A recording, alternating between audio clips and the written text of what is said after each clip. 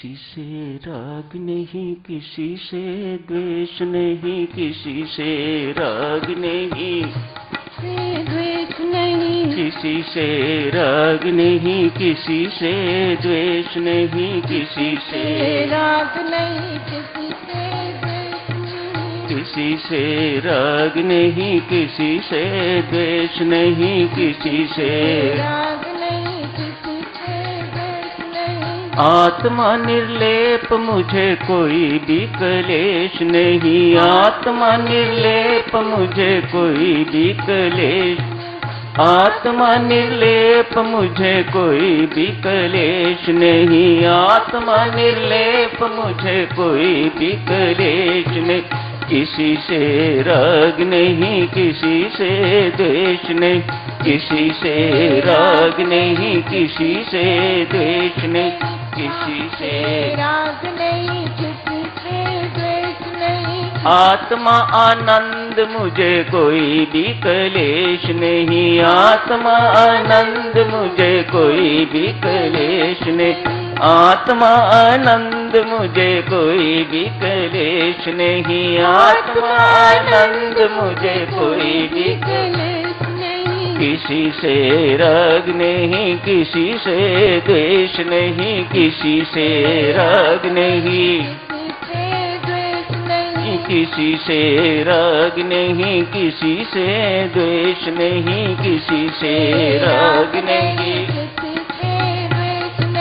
आत्मा निर्लेप मुझे कोई भी क्लेश नहीं, आत्मा निर्लेप मुझे कोई भी क्लेश नहीं, आत्मा निर्लेप मुझे कोई भी क्लेश नहीं, आत्मा निर्लेप मुझे कोई भी क्लेश नहीं, किसी से राग नहीं, किसी से द्वेष नहीं, किसी से राग नहीं, किसी से द्वेष नहीं, आत्मानंद मुझे कोई भी क्लेश नहीं। पूज्यपाद स्वामी जी महाराज ने आज याज्ञवल्क्य का आत्मदर्शन वर्णन किया है।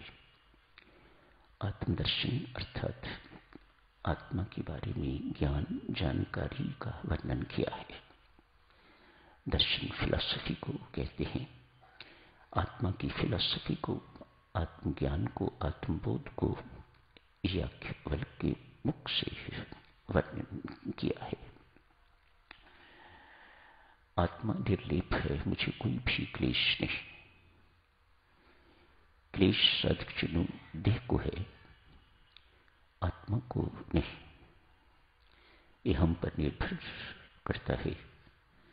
हम अपने आप को क्लेश वाली देह मानते हैं या बिना क्लेश, क्लेश रहित आत्मा मानते हैं। उसी के अनुसार हमारे अनुभव भी होते हैं। जो अपने आप को देह मानते हैं, जो शरीर मानते हैं, उनकी समस्याएं भी हैं, उनको रोग भी होता है, उन्हें दुख भी होता है, उन्हें कष्ट क्लेश भी होता है। जो अपने आप को आत्मा मानते हैं उन्हें कुछ नहीं होता, उनके शरीर को दुख होता है, उन्हें नहीं। उन्हें क्लेश नहीं होता, उनके शरीर को क्लेश होता है। ये चाहे शारीरिक क्लेश है, चाहे मानसिक क्लेश है, ये सब देह के धर्म है। रोग देह को होता है, आत्मा को नहीं। समस्याएं शरीर के लिए है, आत्मा को कोई समस्या नहीं है। ये संबंध शरीर के हैं, आत्मा का कोई संबंध नहीं है। क्यों? आत्मा दो नहीं, आत्मा एक है। तो फिर एक है तो भक्ति के मार्ग में ऐसा कहते हैं कि हम सब एक ही परमात्मा के, एक ही सब माता पिता के सपूत हैं। तो फिर द्वैत ही नहीं है, तो संबंध किसके साथ होगा? आत्मा के नाते हम सब एक हैं। ऐसी धारणा साधक बहुत उच्च ले जाती है। वास्तविक जो हुई, सत्य जो हुई है, यदि व्यक्ति अपने आत्मा में स्थित हो जाता है, उसे आत्मबोध हो जाता है तो फिर साधकजनों लंबी लंबी लाइनें लगाने की जरूरत नहीं पड़ती। ये उन्हीं को जरूरत पड़ती है जिनको कोई देह का रोग है, कोई देह संबंधी समस्या है, कोई देह की प्रॉब्लम है, मानो वे अभी देह भाव पे ही स्थित है।